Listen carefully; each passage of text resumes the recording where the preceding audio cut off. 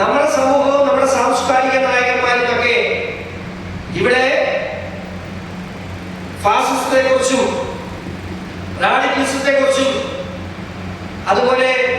നാസിസത്തെ കുറിച്ചുമൊക്കെ കൃത്യമായി ചർച്ച ചെയ്യുമ്പോൾ എന്തുകൊണ്ട് പൊളിറ്റിക്കൽ ഇസ്ലാമിന്റെ ഈ ദോഷഫലങ്ങളെ കുറിച്ച് സംസാരിക്കുവാൻ തയ്യാറാകുന്നില്ല? ഇവിടുത്തെ ജനാധിപത്യ സംവിധാനങ്ങളെ അട്ടിമറിച്ചുകൊണ്ട് മുമ്പോട്ട് പോകാൻ പോകുന്ന ഒരു അരാഷ്ട്രീയവാദത്തെ ഇസ്ലാമിക് സ്റ്റേറ്റിന്റെ കൺസെപ്റ്റിൽ നിന്നുകൊണ്ട് പൊളിറ്റിക്കൽ ഇസ്ലാം എന്ന കൺസെപ്റ്റുമായി മുമ്പോട്ട് പോകുന്ന ഈ സംസ്കാരത്തെ എതിർക്കാൻ ഇന്ന് ഇവിടുത്തെ കോൺഗ്രസിനെയും CPM-നെയും കൂട്ടുപിടിച്ചുകൊണ്ട് ഇവിടുത്തെ ചില സംഘടനകൾ ഞങ്ങളാണ് മുസ്ലിം സമുദായത്തിലെ നേതൃത്വം, ഞങ്ങൾ അതിന്റെ പിതൃത്വം ഏറ്റെടുത്തുകൊണ്ട് ചില സംഘടനകൾ രംഗത്ത് വരുമ്പോൾ ഇവിടുത്തെ